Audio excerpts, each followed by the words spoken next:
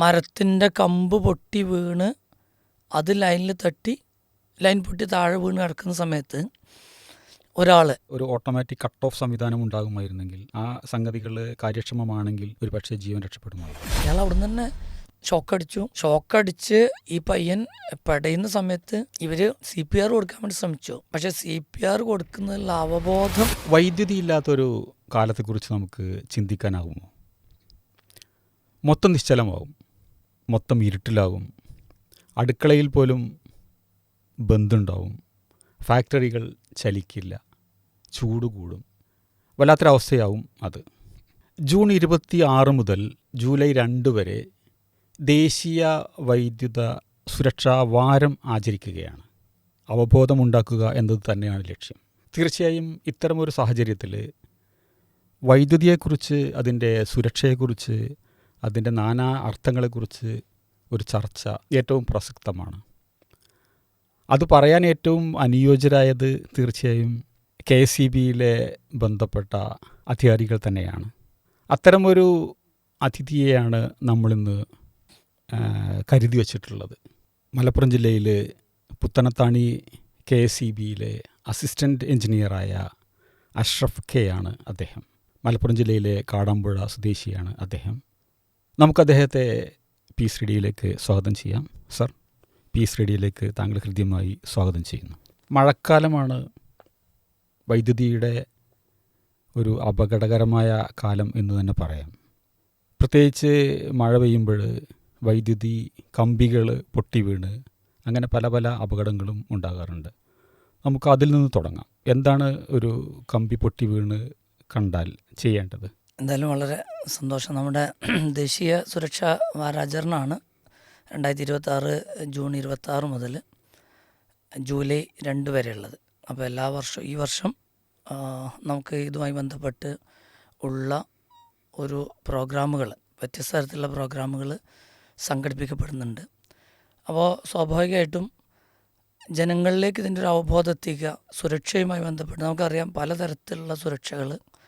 നമ്മൾ റോഡിൻ്റെ സുരക്ഷ പറയാറുണ്ട്, അതുപോലെ ആരോഗ്യ രക്ഷ പറയാറുണ്ട്. അപ്പോൾ അതിൽ ഇത്തരത്തിലുള്ളൊരു പൊതുജനങ്ങൾക്കിടയിലുള്ളൊരു റേഡിയോ, ഒരു ഓൺലൈൻ റേഡിയോ, അതിൽ ഒരുപാട് മലയാളികളിലേക്ക് ഇത് എത്തിക്കുക എന്നുള്ളത് വലിയൊരു ഒരു ചാൻസായിട്ട് വളരെ സന്തോഷമുണ്ട് അതിൽ, നമുക്ക് അങ്ങനെ ഒരു ചാൻസ് തന്നതിന്.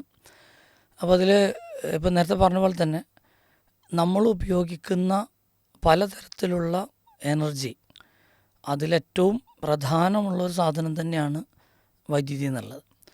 അപ്പോൾ വൈദ്യുതി ഉപയോഗിക്കാത്ത ഒരു സംവിധാനം ഇന്ന് ഒരു പക്ഷേ നമുക്കൊരു ഫോറിൻ മാർക്കറ്റിലൊക്കെ പോയി കഴിഞ്ഞാൽ നമ്മുടെ അടുക്കളയിൽ ആവശ്യമുള്ള ഏത് സാധനം നോക്കിയാലും, നൂൽപുട്ടിന് വേണ്ടിയുള്ള സാധനം പോലും ഇപ്പോൾ മെഷീൻ പോലും മോട്ടറൈസ്ഡ് ആയിട്ടാണ്, ചാർജ് ചെയ്യുന്ന മോട്ടറൈസ്ഡ് ആയിട്ട് നമുക്ക് കിട്ടും.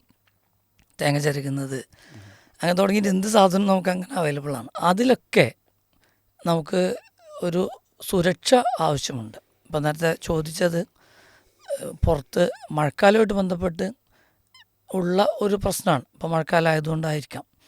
സ്വാഭാവികമായിട്ട് ഈ ഒരു വാരാചരണത്തിൽ അതൊരു വലിയ വിഷയം തന്നെയാണ്. പ്രത്യേകിച്ച് സാഹചര്യവശാൽ വന്നിട്ടുള്ളത് ഈ മഴക്കാലത്താണ്, മൺസൂൺ സമയത്താണ്. കമ്പി പൊട്ടുക എന്നുള്ളത് നമുക്കറിയാം. ഇന്നത്തെ കേരളത്തിലെ അവസ്ഥ വെച്ച് പുറത്തുള്ള ലൈനുകൾ പെട്ടെന്ന് നമുക്ക് മനസ്സിലാകുന്ന രീതിയിൽ പറഞ്ഞാൽ 11 kV ലൈനുകളും അതുപോലെ LT ലൈനുകളും എന്ന് പറഞ്ഞാൽ മേലെ കൂടി പോകുന്ന 3 ലൈന്, താഴെ പോകുന്ന 4 അല്ലെങ്കിൽ 5 ലൈന്. അപ്പോൾ 4 ലൈൻ എന്ന് പറഞ്ഞാൽ 3 ഫേസ് ഒരു ന്യൂട്രലും, പിന്നെ 5ാമത്തെ ലൈന് സ്ട്രീറ്റ് മെയിൻ്റെ ലൈന്. ഇതിലേതും പൊട്ടാം. 11 kV പൊട്ടാം, ഫേസ് പൊട്ടാം, ന്യൂട്രൽ പൊട്ടാം. അപ്പോൾ താഴേക്ക് വീണ് കഴിഞ്ഞാൽ അവിടെ അത് സാധാരണ നമുക്ക് പത്രത്തിലൊക്കെ നമുക്ക് കാണാൻ പറ്റും, പൊട്ടി വീണ ലൈനിൽ തൊട്ട് അല്ലെങ്കിൽ ലൈനിൽ നിന്ന് ഷോക്കടിച്ച് ഈ കുട്ടി മരിച്ചു, അല്ലെങ്കിൽ വീട്ടമ്മ മരിച്ചു, അല്ലെങ്കിൽ പത്രക്കാരൻ മരിച്ചു, പാൽക്കാരൻ മരിച്ചു. ഇങ്ങനെ ഒരു മരണം സംഭവിക്കാൻ വളരെ ചെറിയ സമയം മതി. അപ്പോൾ അത് വളരെ ശ്രദ്ധിച്ച് കൈകാര്യം ചെയ്യേണ്ട ഒരു സംഗതിയാണ്. കമ്പി പൊട്ടി വീണത് കണ്ടു കഴിഞ്ഞാൽ ഒരു കാരണവശാലും അതിനടുത്തേക്ക് പോകാതിരിക്കുക എന്നുള്ളതാണ് അതിൻ്റെ പ്രഥമവും പ്രധാനമായിട്ടുള്ള സംഭവം. അതിനടുത്തേക്ക് പോകാതിരിക്കുക. എന്നാൽ അത് കണ്ടിട്ടും നമ്മളത് ശ്രദ്ധിക്കാതെ ഒരാൾ പോയാൽ ഒരാളുടെ ജീവൻ്റെ വിലയായിരിക്കും അതിനുണ്ടാവുക. കാരണം അതിൽ മറ്റൊരാൾ വന്ന് തൊടാം. അപ്പോൾ അതുകൊണ്ട് ഏറ്റവും പെട്ടെന്ന് തൊട്ടടുത്തുള്ള KSEB ഓഫീസിൽ ഈ വിവരം അറിയിക്കുക എന്നുള്ളതാണ്. അപ്പോൾ തൊട്ടടുത്തുള്ള KSEB ഓഫീസിൽ അറിയിക്കാൻ നമുക്ക് ഒരു പക്ഷേ കോഴിക്കോടുള്ള ഒരാൾ കോട്ടയത്താണ് ഇത് കാണുന്നതെങ്കിൽ അതിനുള്ള സംവിധാനമുണ്ട്. നമുക്ക് ഒരു എമർജൻസി നമ്പറുണ്ട്, അതിൽ വാട്സപ്പ് ചെയ്യാം. ഓർത്തെടുക്കാൻ എളുപ്പമുള്ള നമ്പറാണത്. 9496 010101. അപ്പോൾ അത് നമുക്ക് അതിൽ വാട്സപ്പ് ചെയ്യാം, കോൾ ചെയ്യാം. ഇതാണ് ഏറ്റവും പ്രധാനമായി നമുക്ക് പ്രഥമമായും ചെയ്യാൻ പറ്റുന്ന സംഭവം. പിന്നെ ആളുകളോട് അങ്ങോട്ട് അടുക്കാതിരിക്കാൻ വേണ്ടിയിട്ടൊരു വെയിറ്റ് ചെയ്ത് നിൽക്കുക എന്നുള്ളതാണ്. സാറ് KSEBയിൽ 10-12 വർഷത്തെ സർവീസ് ഉണ്ട്. പലതരം അനുഭവങ്ങളും ഉണ്ടായിട്ടുണ്ടാവും. പീസ് റേഡിയോയുടെ ജനക്ഷേമ പരിപാടിയിൽ ഒന്ന് ഓർത്തെടുക്കാൻ വേണ്ടിയിട്ട് സാറിനോട് പറയുന്നത് ഇത്തരം അനുഭവങ്ങൾ, അതായത് അപകടകരമായി ബന്ധപ്പെട്ട് അത് ചിലപ്പോൾ മാങ്ങ ഇറക്കാൻ തോട്ടി തട്ടിയിട്ടായിരിക്കാം, അല്ലെങ്കിൽ കുട്ടികൾ വല്ല പട്ടം പറത്തുമ്പോഴാവാം, അതല്ലെങ്കിൽ മീൻ പിടിക്കുന്ന അവസരത്തിലാവാം. അങ്ങനെ നിരവധി സാധ്യതകളുണ്ട്. ഇങ്ങനെ അപകടങ്ങൾ കൂടുതൽ വരാൻ സാധ്യതയുള്ള സംഗതികൾ എങ്ങനെയൊക്കെയാണ് സാറിൻ്റെ ഒരു എക്സ്പീരിയൻസ് കൂടി വെച്ചിട്ട് പറയുകയാണെങ്കിൽ? ഒരുപാട് അനുഭവങ്ങളുണ്ട്.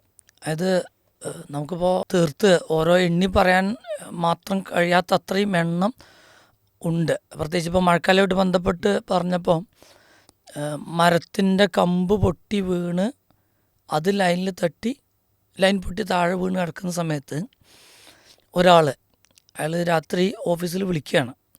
അപ്പോൾ വിളിച്ചത് ഇവിടുന്ന് ഓഫീസിൽ നിന്ന് ആളുകൾ അവിടെ എത്തുമ്പോൾ വിളിച്ച് ഇവിടുന്ന് ആളുകളൊരു 10-15 മിനിറ്റ് കൊണ്ട് അവിടെ എത്തി. പക്ഷെ അതിന് മുമ്പ് ഇദ്ദേഹം വിളിച്ചിട്ടുണ്ട്. വിളിച്ചിട്ട് കിട്ടാതിരുന്നപ്പോൾ സ്വാഭാവികമായിട്ടും ഒരു കറണ്ട് പോയി കഴിഞ്ഞാൽ ഒരു ലാൻഡ് ലൈനല്ലേ ഉള്ളൂ. അപ്പോൾ അതിലേക്ക് വിളിക്കുന്ന സമയത്ത് കിട്ടാതിരുന്നപ്പോൾ പുള്ളി മൊബൈൽ നമ്പർ സംഘടിപ്പിച്ച് അതിലേക്ക് വിളിച്ചു. അവിടെ എത്തിയപ്പോൾ ഇദ്ദേഹം അവിടെ രാത്രി വെളിച്ചമടിച്ച് അയാളുടെ വണ്ടി ഉപയോഗിച്ച് ആ കമ്പി തൂങ്ങിക്കിടക്കുന്നിടത്തേക്ക് ആളുകൾ വരാതിരിക്കാൻ വേണ്ടി ശ്രദ്ധിച്ച് അവിടെ വെയിറ്റ് ചെയ്യായിരുന്നു. അല്ലാതെ അദ്ദേഹം പോയിരുന്നെങ്കിൽ അതൊരു പക്ഷേ വലിയൊരു അപകടമായി മാറുമായിരുന്നു. കാരണം അവിടെ രാത്രിയാണ്, ആളുകൾ പിന്നെയും അതിലൂടെ വരും, അത് തൊട്ടേക്കാം. തൊട്ട് കഴിഞ്ഞാൽ വലിയൊരു അപകടത്തിലേക്ക് അത് നീങ്ങും. കാരണം എന്താ വെച്ചാൽ നമുക്കറിയാം, ചില വാഹനങ്ങൾ, മോട്ടോർ സൈക്കിളൊക്കെ ഞാൻ 2-3 പ്രാവശ്യം കണ്ടു, പല സമയത്തായിട്ട് കണ്ടിട്ടുണ്ട്. ഒരു അപകടം സംഭവിച്ചു കഴിഞ്ഞാൽ അതിൻ്റെ ആ ആൾ വീണു, മോട്ടോർ സൈക്കിളിൻ്റെ വീൽ കറങ്ങിക്കൊണ്ടേ ഇരിക്കുന്നുണ്ട്, ഓഫായിട്ടില്ല. അപ്പോൾ അത് നമുക്കിങ്ങനെ കാണുമ്പോൾ തന്നെ മനസ്സിലാകും. ആ സ്വിച്ച് ഒന്ന് ഓഫാക്കാൻ പറ്റിക്കഴിഞ്ഞാൽ ആ മോട്ടോർ സൈക്കിൾ അവിടെ നിൽക്കും. ഇല്ലെങ്കിൽ ഒരാൾ അടുത്തേക്ക് ചെന്ന് അയാളുടെ കാല് വരെ മുറിഞ്ഞേക്കാം, എന്തെങ്കിലും അപകടം പറ്റിയേക്കാം. പക്ഷെ വൈദ്യുതി അങ്ങനെയല്ല, നമുക്കത് കാണാൻ കഴിയില്ല. അതിൽ വൈദ്യുതി ഉണ്ടോ ഇല്ലേ, പോയിട്ടുണ്ടോ, അതോ ലൈവാണോ, ഒന്നും അറിയില്ല. അപ്പോൾ അത് ഈ നോക്കി നിൽക്കുന്ന ആൾക്കും അറിയില്ല, ഇനി വരുന്ന ആൾക്കും അറിയില്ല ഇങ്ങനെ സംഭവം ഉള്ളത്. അപ്പോൾ ഏറ്റവും അപകടമുള്ള സംഭവം തന്നെയാണ്, അല്ലെങ്കിൽ നമുക്ക് പെട്ടെന്ന് മനസ്സിലാകാത്തൊരു സംഭവമാണ് ഈ വൈദ്യുതി കമ്പിയായിട്ട്. അപ്പോൾ മറ്റൊരു അനുഭവം എന്താ വെച്ചാൽ, ഇദ്ദേഹത്തെ ഞാൻ പിറ്റേന്ന് രാവിലെ വിളിച്ച്, നമ്മുടെ സ്റ്റാഫാണ് ചെന്നതൊക്കെ കൈകാര്യം ചെയ്തത്, ഞാൻ വിളിച്ച് വളരെ സന്തോഷത്തോടു കൂടി സംസാരിച്ചു ഞാൻ. അപ്പോൾ വേറൊരു സംഭവം ഉണ്ടായെന്ന് വെച്ചാൽ 33 kV ലൈൻ, ഞാൻ എൻ്റെ ഓർമ്മ തിരുനാവായ സെക്ഷനിൽ വർക്ക് ചെയ്യുന്ന സമയത്ത് അവിടെ 33 kV ലൈൻ കൊണ്ട് 33,000 വോൾട്ടാണ് 33 kV എന്ന് പറയുമ്പോൾ. നമ്മൾ സാധാരണ ഉപയോഗിക്കുന്നത് 215 വോൾട്ടാണ് വീടുകളിൽ ഉപയോഗിക്കുന്നത്. അപ്പോൾ 33,000 വോൾട്ടാണ്. അവിടെ ഒരു അന്ന് 18-20 വയസ്സുള്ളൊരു കുട്ടി തോട്ടി ഉപയോഗിച്ച് മാങ്ങ പറിക്കുകയായിരുന്നു. അദ്ദേഹത്തിൻ്റെ കൈ ശരിക്കും ആ ജീവൻ തിരിച്ചു കിട്ടിയത് തന്നെ നല്ലൊരു ഷോക്ക് അടിച്ച് തെറിച്ച് വീണതുകൊണ്ടാണ്. കൈ ഇവിടെ വെച്ച് മുറിച്ച് കളയേണ്ടി വന്നു.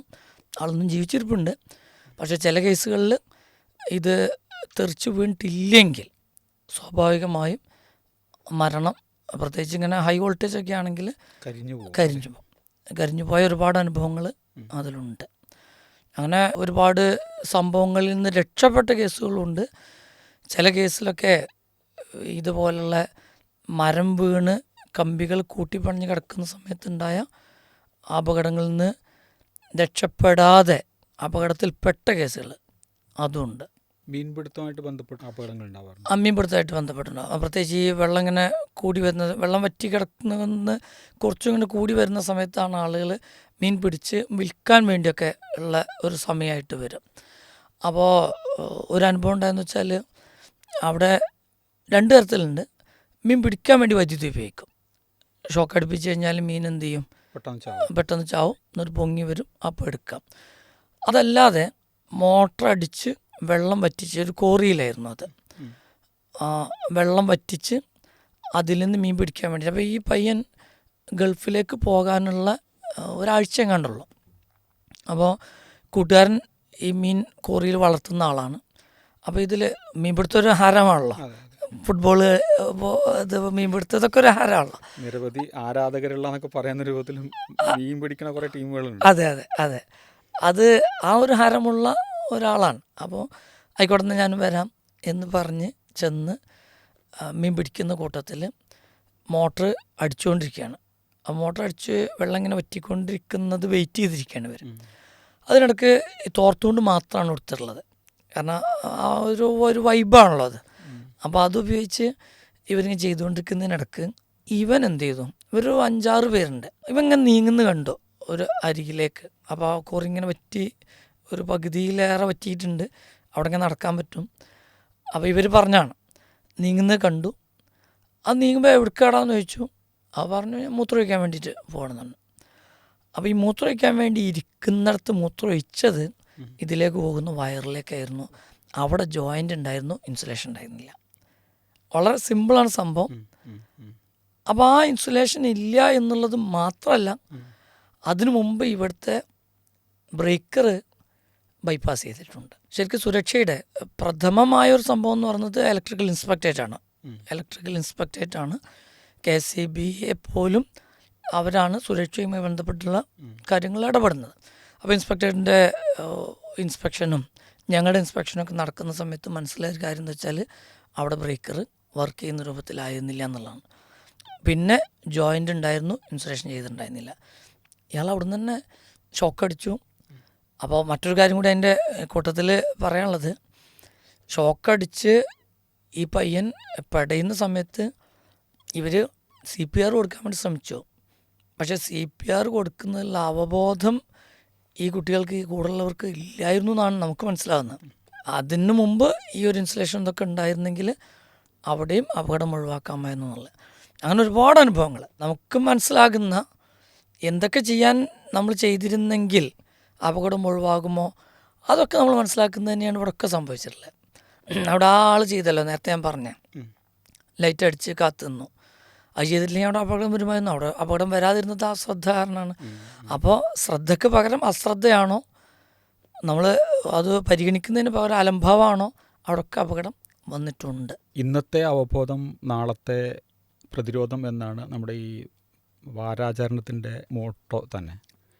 സാർ നേരത്തെ പറഞ്ഞതൊന്ന് തുടങ്ങാം.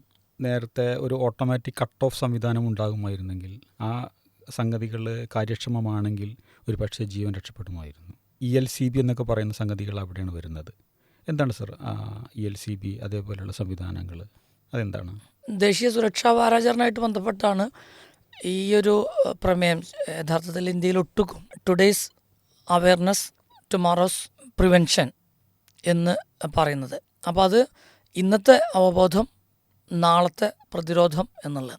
അപ്പോൾ ആ ഒരു അവബോധം തന്നെയാണ് ഇതുകൊണ്ട് ഈ ഒരു വാരാചരണത്തിൽ, ഈ ഒരു ആഴ്ചയിൽ അവസാനിക്കുന്നതല്ല ഇത്. ചില ഓർമ്മപ്പെടുത്തലുകളാണത്. അതെ, അത്രേ ഉള്ളൂ. അതായത് നമുക്ക് കിട്ടാവുന്ന മാർഗങ്ങൾ ഉപയോഗിച്ച് ആളുകളിലേക്ക് ഈ ഒരു സന്ദേശം എത്തിക്കുക. ആളുകൾ എന്ന് പറയുന്നത് നമ്മളൊക്കെ തന്നെയാണ്. ഈ വൈദ്യുതി ഉപയോഗിക്കുന്ന എല്ലാവരും, ഒരാൾക്കിപ്പോൾ വൈദ്യുതി ഉപയോഗിക്കുന്ന, നേരത്തെ നമ്മൾ തുടക്കത്തിൽ പറഞ്ഞ പോലെ വൈദ്യുതി ഉപയോഗിക്കാത്ത ഒരാൾക്ക് ജീവിതം തന്നെ ദുസ്സഹമാണ്, അസാധ്യമാണെന്ന് പറയുന്ന ഒരു തലത്തിലേക്ക് എത്തിയിട്ടുണ്ട്. അതെ അതെ. ഇനിയിപ്പോൾ ഒരു ഇപ്പോൾ സമ്പൂർണ്ണ വൈദ്യുതീകരണം KCB നമ്മൾ ചെയ്തു. അപ്പോൾ കേരളത്തിലൊട്ടുക്കും എല്ലാവർക്കും വൈദ്യുതിയാണിപ്പോൾ. കേരളത്തിലൊട്ടുക്കും എല്ലാവർക്കും വൈദ്യുതി എത്തിച്ചു, 100% വൈദ്യുതീകരിച്ചാണ്. അപ്പോൾ അവിടെ ഈ ഒരു വൈദ്യുതി ഉപയോഗിക്കുന്നവരാണ് എല്ലാവരും. ഇനി ആ വൈദ്യുതി ഉപയോഗിക്കുന്നത് കൂടാതെ അതിലേക്ക് വരുന്ന ലൈനുകളെ കുറിച്ചാണ് നേരത്തെ നമ്മൾ ചർച്ച ചെയ്തത്. ഇനി ഒരു വീട്ടിലേക്ക് നോക്കിയാൽ ആ വീട്ടിൽ അതേപോലെ ഈ കോറിയിലേക്ക് വൈദ്യുതി നേരത്തെ ഞാൻ പറഞ്ഞെടുത്ത് എടുത്തത് ഒരു അഗ്രികൾച്ചർ കണക്ഷനിൽ നിന്നാണ്. അവിടെ ഒരുപാട് മിസ്റ്റേക്കുകൾ അവിടെ പറ്റിയിട്ടുണ്ട് അവർക്ക്. അപ്പോൾ ഏത് വൈദ്യുതിയാണെങ്കിലും ഏത് കണക്ഷൻ ആണെങ്കിലും നമ്മളിനിപ്പോൾ വലിയ ഇൻഡസ്ട്രിയൽ പർപ്പസിന് കൊടുത്തതാണെങ്കിലും ഡൊമസ്റ്റിക് വീടിനാണെങ്കിലും കൊമേഴ്സ്യൽ പർപ്പസിൽ നമ്മുടെ വാണിജ്യ ആവശ്യത്തിനാണെങ്കിലും അങ്ങനെ തുടങ്ങിയ ഒരുപാട് താരിഫുകളുണ്ട്. എവിടെയാണെങ്കിലും പ്രധാനമുള്ള ഒരു സംഭവം ബ്രേക്കറാണ്. നേരത്തെ പറഞ്ഞ ആ ഒരു കട്ട് ഓഫ് സംവിധാനം, അത് ELCB earth leakage circuit breaker, അതേപോലെ RCCB നമ്മളതിനെ ഇപ്പോൾ residual current operated circuit breaker.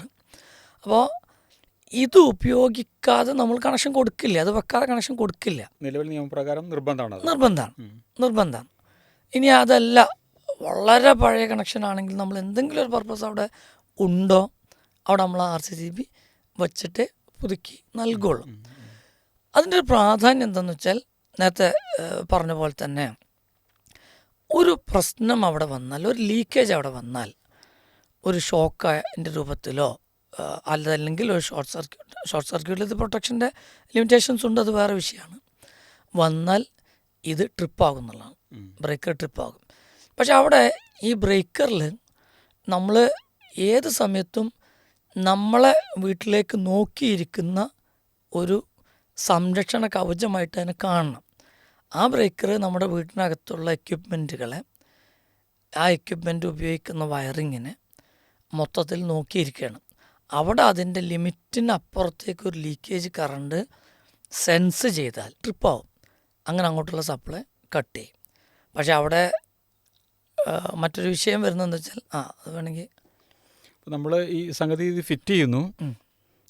സാധാരണ ഒരു വീട്ടുകാരെ, ഇപ്പോൾ ഞാനൊരു കൺസ്യൂമറാണ്, അത് ഫിറ്റ് ചെയ്യുന്നു, വയറിംഗുകാരൻ പറയുന്നത് അനുസരിക്കുന്നു, അതിനപ്പുറം ഒന്നും ചെയ്യുന്നില്ല. ഇത് പ്രവർത്തനക്ഷമമാണ് എന്നെങ്ങനെയാണ് നമുക്ക് ഉറപ്പുവരുത്താൻ പറ്റുക? അല്ലെങ്കിൽ ഒരു ചെക്കിംഗ് സംവിധാനം ഉണ്ടോ അതിന്? തീർച്ചയായും അത് നല്ലൊരു ക്വസ്റ്റ്യനാണ്. കാരണം വെച്ചാൽ പലർക്കും അറിയില്ല അതൊരു പക്ഷേ ഇനിയിപ്പോൾ വയർമാൻ തന്നെ ഏതെങ്കിലും അത് ഫിറ്റ് ചെയ്ത സമയത്ത് പറഞ്ഞാലും ആളുകൾക്ക് ഒരു പക്ഷേ അതത്ര ഓർമ്മയിൽ കിട്ടിക്കോണമെന്നില്ല. മാത്രമല്ല കറണ്ട് തന്നെ പേടിയാണ് എല്ലാവർക്കും. അതെ, കറണ്ട് തന്നെ പേടി. അതിന് മറ്റൊരു വശമുണ്ട്. ഇത് ഈ ബ്രേക്കർ ടെസ്റ്റ് ചെയ്യുക എന്നുള്ളത് വലിയ പ്രാധാന്യമുള്ള വിഷയമാണ്. കാരണം നമ്മൾ എർത്തൊരു വിഷയമാണ്. എർത്ത് ചെയ്തത് ഇതിൽ പക്കയായിട്ട് വർക്ക് ചെയ്യുന്നുണ്ടോ എന്ന് അറിയണമെങ്കിൽ ഈ ബ്രേക്കറിൽ ഒരു ടെസ്റ്റ് ബട്ടൺ അവിടെ തന്നെ എഴുതി, ആ ടെസ്റ്റ് ചെറിയൊരു ബട്ടൺ ഉണ്ട്, എർത്ത് RCCBയുടെ ടെസ്റ്റ് ബട്ടൺ. അപ്പോൾ അത് പിന്നെ ടെസ്റ്റ് പീരിയോഡിക്കലി എന്ന് എഴുതിയിട്ടുണ്ടാവും, ചിലപ്പോൾ ടെസ്റ്റ് മന്ത്ലി എന്ന് എഴുതിയിട്ടുണ്ടാവും. എന്തായാലും മാസത്തിലൊരിക്കലെങ്കിലും അതൊന്ന് പ്രസ് ചെയ്ത് ഇത് വർക്ക് ചെയ്യുന്നുണ്ടോ എന്ന് നോക്കണം. അത് വർക്ക് ചെയ്യുന്നുണ്ടെങ്കിൽ, അത് ബട്ടൺ ഞെക്കുന്ന സമയത്ത് വർക്ക് ചെയ്യുന്നുണ്ടെങ്കിലേ ഈ ഒരു പ്രൊട്ടക്ഷൻ നമുക്ക് ഉള്ളൂ. നമ്മൾ പ്രസ് ചെയ്താൽ എന്താ സംഭവിക്കുക? പ്രസ് ചെയ്താൽ ട്രിപ്പ് ആകുന്നത് എന്താ വെച്ചാൽ, നമുക്ക് ഇപ്പോൾ ഇസ്തിരിപ്പെട്ടിയിൽ നിന്നോ ഫ്രിഡ്ജിൽ നിന്നോ വാഷിംഗ് മെഷീനിൽ നിന്നോ നമുക്ക് ഷോക്ക് അടിച്ചു കഴിഞ്ഞാൽ എന്താണോ സംഭവിക്കുന്നത്, ഞാൻ അതിൻ്റെ ഒരു ടെക്നിക്കാലിറ്റി കൂടി ജസ്റ്റ് പറയാം. RCCBക്ക് ഒരു സ്പെസിഫിക്കേഷൻ ഉണ്ട്. അതായത് 30 milliamps ആണ് നമ്മൾ സാധാരണ ഡൊമസ്റ്റിക് പർപ്പസിന് അല്ലെങ്കിൽ കൊമേഴ്സ്യൽ പർപ്പസിനൊക്കെ ഉപയോഗിക്കുന്നതിൻ്റെ. ഇപ്പോൾ 60 ആംപിയർ അല്ലെങ്കിൽ 40 ആംപിയർ അതിൻ്റെ കപ്പാസിറ്റിയും 30 milliampere അതിൻ്റെ ലീക്കേജ് സെൻസ് ചെയ്യാൻ വേണ്ടിയിട്ടുള്ള, ഞാൻ എല്ലാവർക്കും മനസ്സിലാവുന്നത് ഈ പറഞ്ഞല്ലോ. അപ്പോൾ 30 milliampere കൂടുതൽ ഒരു മനുഷ്യൻ്റെ ശരീരത്തിലൂടെ വൈദ്യുതി കടന്നു പോയാൽ അയാൾക്ക് ആ 30ൻ്റെ മീതേക്ക് വരുമ്പോൾ മരണത്തിൻ്റെ അവസ്ഥയിലേക്ക്, അതായത് 5 milliampere ആണെങ്കിൽ ഒരു ചെറിയ ഇക്കിളി പോലെ തോന്നും, 20ൻ്റെ റേഞ്ചിലൊക്കെ ആകുമ്പോഴേക്കും മസിലിന് കോൺട്രാക്ഷൻ വരും. അങ്ങനെ കുറച്ച് സംഭവങ്ങളുണ്ട്, ഇപ്പോൾ ഞാൻ ഡീറ്റെയിൽ ആകുന്നില്ല. അതിൽ 30 milliampere കൂടുതൽ ആയിക്കഴിഞ്ഞാൽ അത് പ്രശ്നമാണ്. അതുകൊണ്ട് 30 milliampere കൂടുതൽ വന്നാൽ ഇവൻ ട്രിപ്പാകും. നോർമൽ കേസിൽ ഞാൻ ഈ പറഞ്ഞ ഏതെങ്കിലും എക്യുപ്മെൻറ്റ് അടിച്ചാൽ അത് ഫിറ്റീഷ്യസ് ആയിട്ട് ഇവിടെ എന്ത് ചെയ്യാണ്, ടെസ്റ്റ് ബട്ടൺ ഞെക്കുന്ന സമയത്ത് അത് അവിടെ ക്രിയേറ്റ് ചെയ്യണം. അതൊരു സംവിധാനം ചെയ്ത് വെച്ചിരിക്കുകയാണ്, സിമ്പിളാണ് സംഭവം. അത് നമ്മൾ ടെസ്റ്റ് ചെയ്ത് മാസത്തിലൊരിക്കൽ എന്ത് ചെയ്യണം, അതിനെ പ്രവർത്തനക്ഷമമാണെന്ന് പരിശോധിക്കണം. ഇത് പരിശോധിച്ച് കഴിഞ്ഞാൽ കിട്ടുന്ന ഗുണം, എപ്പോഴാണോ നമ്മൾ ടെസ്റ്റ് ചെയ്യുന്ന സമയത്ത് അത് പ്രവർത്തനക്ഷമല്ല നമ്മൾ കണ്ടത്, ഉടനൊരു നല്ല ഇലക്ട്രീഷ്യനെ വിളിച്ച് എന്താണ് പ്രശ്നമെന്ന്, ബ്രേക്കർ മാറ്റലാവില്ല ചിലപ്പോൾ അവിടുത്തേത്, വേറെന്തോ വിഷയം അവിടെ ഉണ്ടാവും, എർത്ത് കണക്ഷൻ കിട്ടുന്നുണ്ടാവില്ല. മറ്റൊരു കാര്യം കൂടി ഉണ്ട്, ഞാൻ ചോദിക്കുമെന്ന് അറിഞ്ഞൂടാ, ഞാൻ പറയാണ്, ബ്രേക്കർ വെറുതെ ട്രിപ്പായിക്കൊണ്ടിരിക്കുന്നുണ്ടാവും ചില വീടുകളിൽ. അപ്പോൾ അത് വെറുതെ ട്രിപ്പാവണം തന്നെ അതിനെ ബൈപ്പാസ് ചെയ്യുന്ന ചില വയർമാൻമാരും ചിലർ മാത്രം അത് പറഞ്ഞാൽ മനസ്സിലാകുന്ന ആളുകൾ ഉണ്ട്, ഒരുപാട് ആളുകളുണ്ട്. വയർമാന്മാരും അങ്ങനെ ക്രൂരത ചെയ്യാത്ത കുറേ ആളുകളാണുള്ളത്. പക്ഷേ എപ്പോഴെങ്കിലും ഇത് ബൈപ്പാസ് ചെയ്ത് കൊടുക്കുന്നുണ്ടെങ്കിൽ അത് സത്യത്തിൽ ഒരു അബദ്ധമാണ്, ക്രൂരതയാണ്. കാരണം വെച്ചാൽ പ്രശ്നം അവിടെ നിലവിലുണ്ടല്ലോ. അപ്പോൾ മിക്കവാറും എല്ലാ വയർമാന്മാരും അത് ചെയ്യാറില്ല. ഒന്നുകിൽ ആ പ്രശ്നം കണ്ടെത്തിയിട്ടേ ചെയ്യാറുള്ളൂ. ഇനി എന്തെങ്കിലും തരത്തിൽ അങ്ങനെ ബൈപ്പാസ് ചെയ്യാമെന്നുണ്ടെങ്കിൽ അത് തെറ്റാണ്. ബൈപ്പാസ് ചെയ്യുന്നതിന് പകരം ഒന്ന് വളരെ റയറായി ബ്രേക്കറിന് പ്രശ്നം ഉണ്ടാവാം, വെതർ ട്രിപ്പാന്ന്. വേറെ ബ്രേക്കർ വെച്ചാൽ ടെസ്റ്റ് ചെയ്താൽ മനസ്സിലാവുകയും ചെയ്യും. അപ്പോൾ അത് വളരെ ശ്രദ്ധിക്കേണ്ട ഒരു വിഷയമാണ്. ചോദ്യം പ്രസക്തമാണെന്ന് അർത്ഥം. നമ്മൾ സുരക്ഷാ വാരാച ആചരണവുമായി ബന്ധപ്പെട്ടുള്ള സംഗതികളാണ് ചർച്ച ചെയ്തുകൊണ്ടിരിക്കുന്നത്. അഷ്റഫ് സാറാണ് നമ്മുടെ കൂടെയുള്ളത്. നമുക്ക് ഈ എപ്പിസോഡോടെ വൈൻഡപ്പ് ചെയ്യാം. സാർ, ഇനിയും നമുക്ക് തുടരാനുണ്ട്.